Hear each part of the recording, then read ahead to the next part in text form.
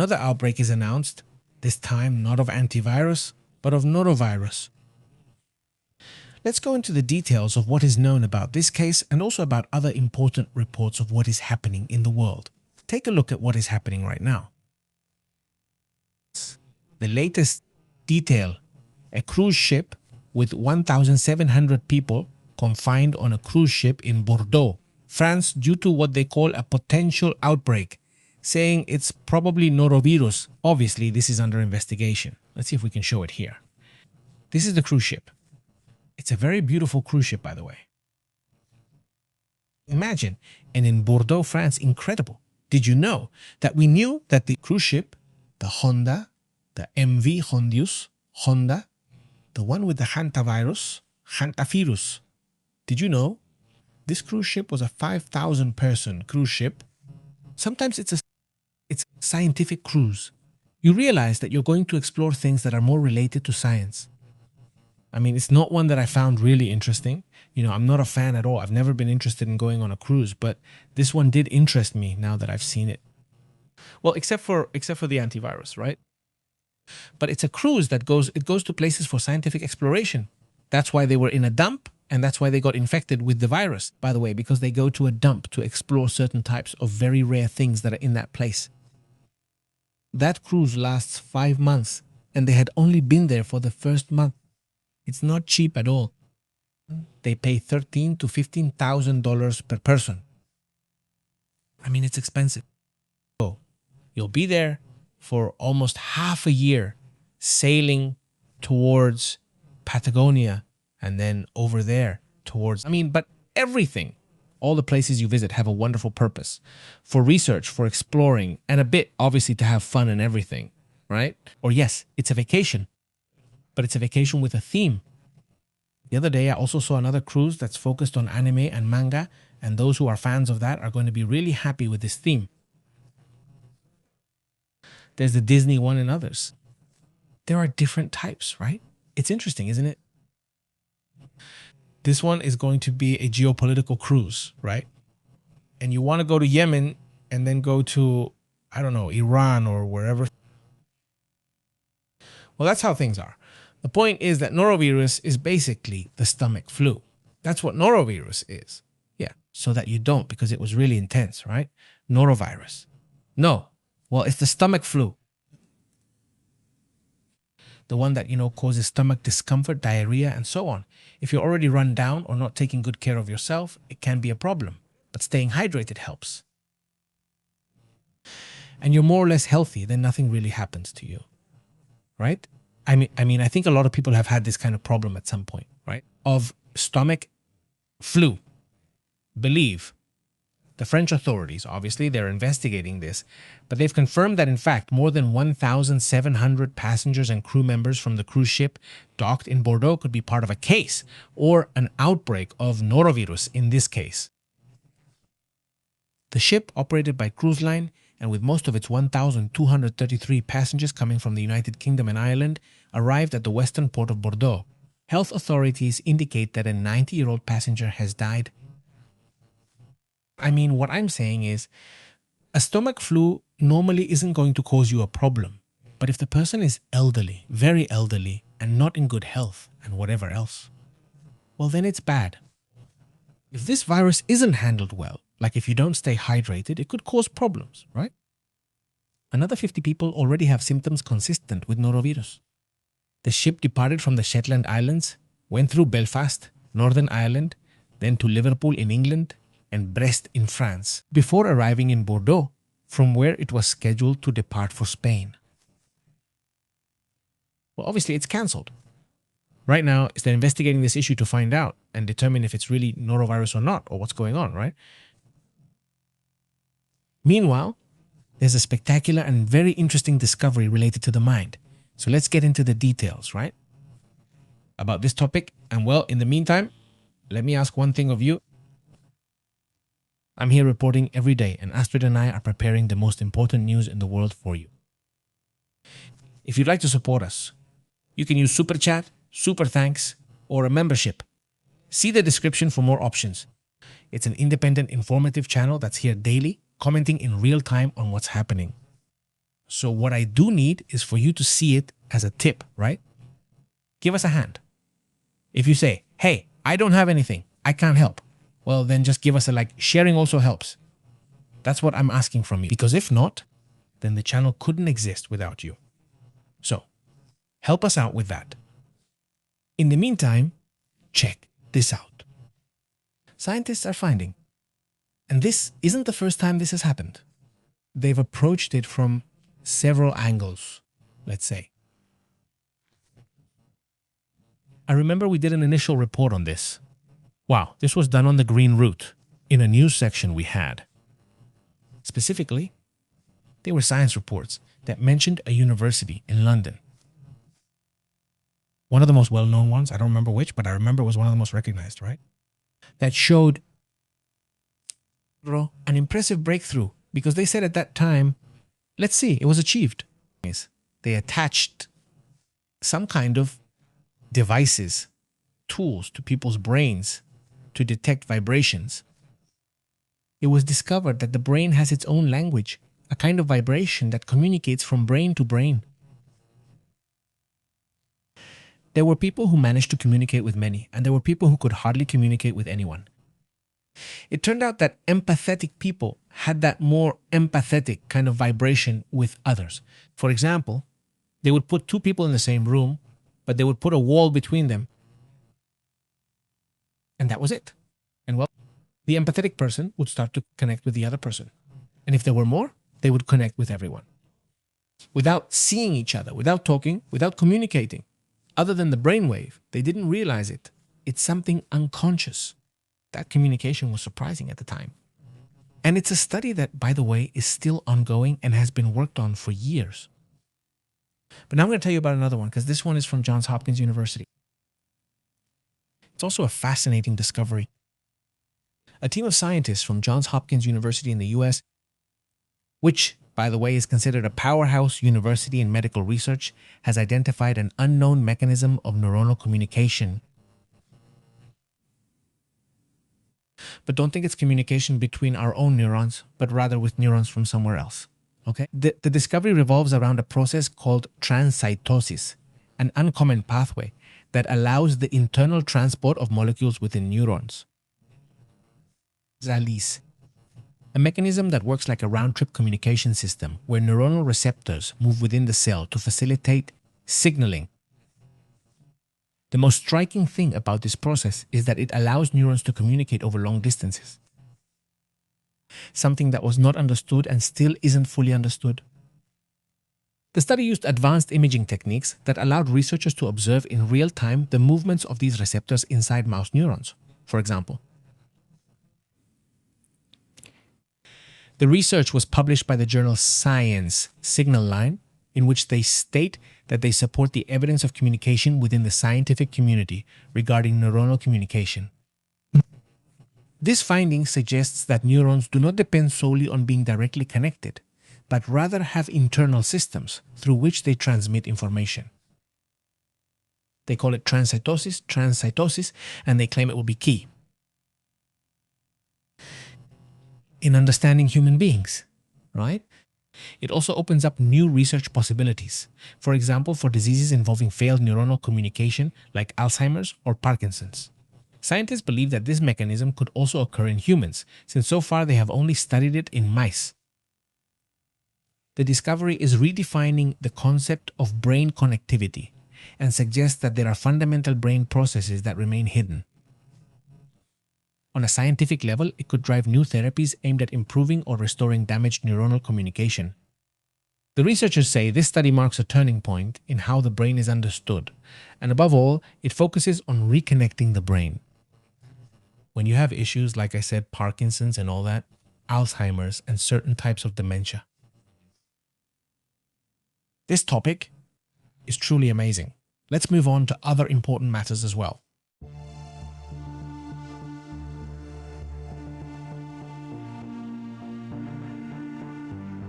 In other news, Iran is finally responding.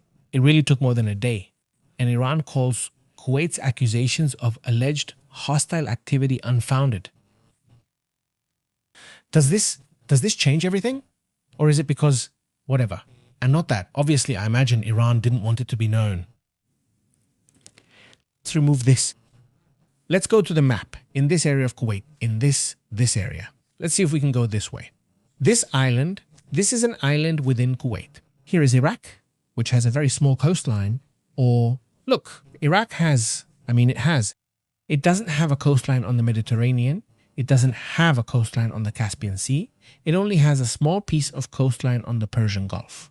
There's the small piece. This is Kuwait. And this is Bubiyan Island, an island that was supposedly targeted for sabotage by the Iranians. Iran is on this side, very close by. They crossed over, and there were Revolutionary Guard soldiers, according to what Kuwait says in this area. And Iran says that's not true. Well, look, Kuwait has the possibility to provide the evidence if they want to. Because they say they arrested, according to them, these Revolutionary Guard members, they arrested them, released them, arrested them again, and they're still being held. So what happened to them, right? In other words, Iran called Kuwait's accusations against 4 Iranian citizens who allegedly infiltrated the Arab country absolutely unfounded. According to Kuwait, they belong to the Iranian Revolutionary Guard. They say it's not true. Another issue that also draws attention is that China is already starting to put pressure on Pakistan to continue the mediation. Yeah. It should be remembered that Pakistan is still acting as a mediator, and there are still politicians in the United States who support the idea that Pakistan should continue being the mediator, despite suspicions, according to reports, that in some places in Pakistan, they hid Iranian military planes and others in Afghanistan. There is no confirmation of this. In other words, there are reports that claim it. Pakistan denies it, and there are American politicians who trust Pakistan. Also, because Pakistan is strategic. I mean, you don't want Pakistan to be like a country against you, right? Or one that has nuclear weapons. It has close ties with China, so it's better to have a certain friendship. But Pakistan knows how to operate with several groups at the same time. And right now, the United States is betting on India. I mean, India and the United States are forming a very important strategic and commercial alliance. Why? Why are they doing it with them? Because they're the next China, or at least that's what they believe. They believe there will be an economic boom in India in the coming decades, a technological boom, and that a lot of things are going to happen there. Supposedly in India, that's the promise. They are already preparing to produce more rare earths, and that will also be key in the future. So the United States doesn't want to depend only on China. It prefers to have a good relationship with India as well. And well, having a good relationship with India and Pakistan are upset, right? But then that's also a problem. There's still a possibility of getting along with Pakistan, with China, and with India, right? No, it's not like you'd be forced to be on bad terms with one of them. Not at all. But for now, that's what China is asking for. China is asking Pakistan to speed up Middle East mediation through them. And that's the approach the Chinese have. Meanwhile, who are they? Because they've already shared the list of business people visiting China along with Donald Trump. There's Tim Cook from Apple. Even though he's no longer the CEO of Apple, he still has a lot of influence over Apple. Elon Musk from Tesla, Jensen Huang from Nvidia, Larry Fink from BlackRock. I mean, only big players in the financial world, in the world of money, they're over there in China right now, along with Donald Trump. I mean, only major figures in that sense. And look, the idea that Trump has is to do business with China. It's not just about taking business over there. It's also about bringing business back. If you want to make cars, if you want to make vehicles, that's fine. I'll let you sell BYD, for example, but sell them to me and make them here in the United States. It's already known around there. The idea was that BYD cars were going to be made. Here in Monterrey, where I live, yes, the whole process was already in development. And suddenly, supposedly, there was pressure from the United States so that they wouldn't set up here. But not Mexico. They pressured China. And they said, no, come over here instead. Let's negotiate. Let's talk. And you guys come to this side. So suddenly we might end up seeing BYD in the United States, but produced by the United States. Who knows what will happen? But it's better to have China connected through trade and be able to pull some strings when possible. And China knows this too. That's why China right now is the country that owns the most US debt. They hold more than a fifth of the United States debt. That also gives power to the Chinese. So anyone who thinks China is against the dollar is completely mistaken. So si alguien tiene dollar, right? If anyone in the world has dollars, it's the Chinese, and in huge amounts, right? When Russia got angry with the United States, Russia sold all its dollars. Nope, forget it. Well, yes, they do buy dollars, but in cash. I mean, they buy dollars in suitcases because they do business here. Shady, very shady, right? The oil here is dealt under the table and everything is done with dollars. But let's say the official dollars, the ones from the bank and so on, they sold those, right? Whether it's debt or whatever, they sold all that. China, right? China criticizes the dollar all the time, but they keep buying dollars and more dollars. And in the end, well, why is that? Because they do a lot of business. And when you do a lot of business with someone, you need liquidity in that currency, right? It's like if you have a business with the United States, it's in your best interest to have dollars. And if they're possibly cheap dollars, even better. I mean, when the dollar goes down, a lot of people buy because they do business with the United States. So they make a little profit on that dollar. They bought cheap. And then, But anyway, the point is that in this case, China and the United States could be forming an alliance, a friendship. They're going to criticize each other and say things to each other. But they're going to have certain limits. The limit is Taiwan, for example. I mean, there are certain limits. But for example, that China doesn't help Iran, for instance, could also be one of the possible negotiations.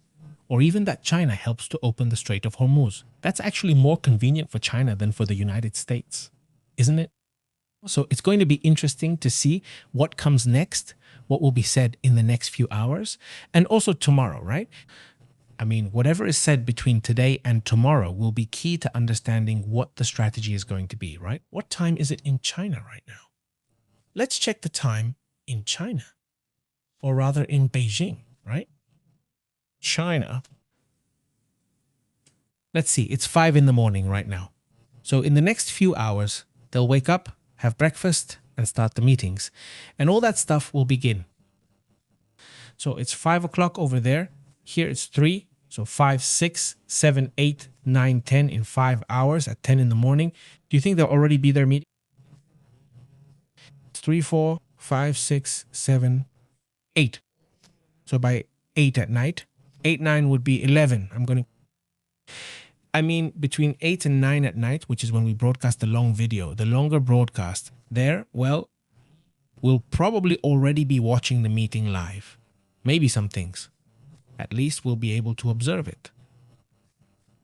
So, well, that's also going to be important, right? It will be something to analyze, something to comment on, and we'll be giving more details as we go. If things come up that happen in South Korea, where there are also meetings with China and the United States, but business meetings, I mean, more technical matters. But interesting things could also come up, so we'll be commenting on that as well, right? They wanted to do it that way because, in theory, being in South Korea is a bit more neutral, right? But right now, well, Trump is in China, right? And Marco Rubio is there, and a lot of people are there too. So, well, greetings, Blanca. How have you been? Don Perfecto. Hello, let's go to the comments.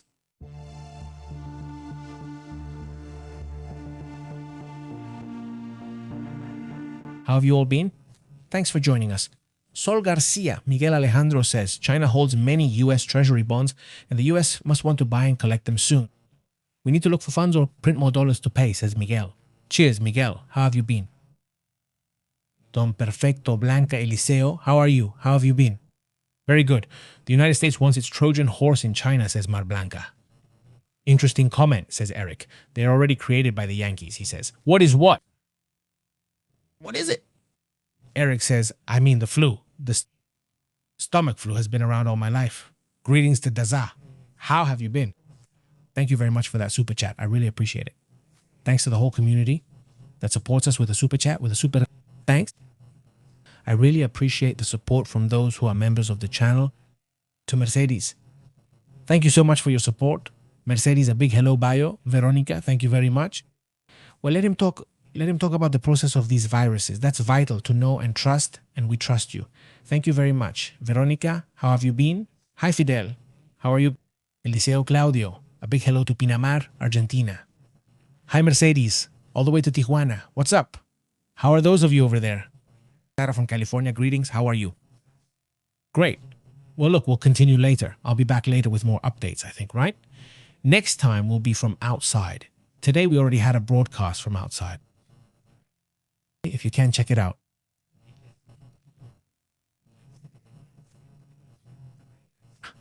Leave me your comment there. Great. Hope you're doing well. Veronica Yesenia Eliseo show. How have you been? Greetings, Pepe en Vivo.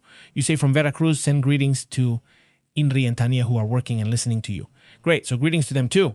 That's great for them. We're chatting, right? Later on, we'll be back with another update on what's happening in the world. Greetings also to Maria Elena. How have you been, Maria Elena? Greetings all the way to Puebla. How are things going over there? Also a big hello. Well, I'll say goodbye now. Take care. See you later.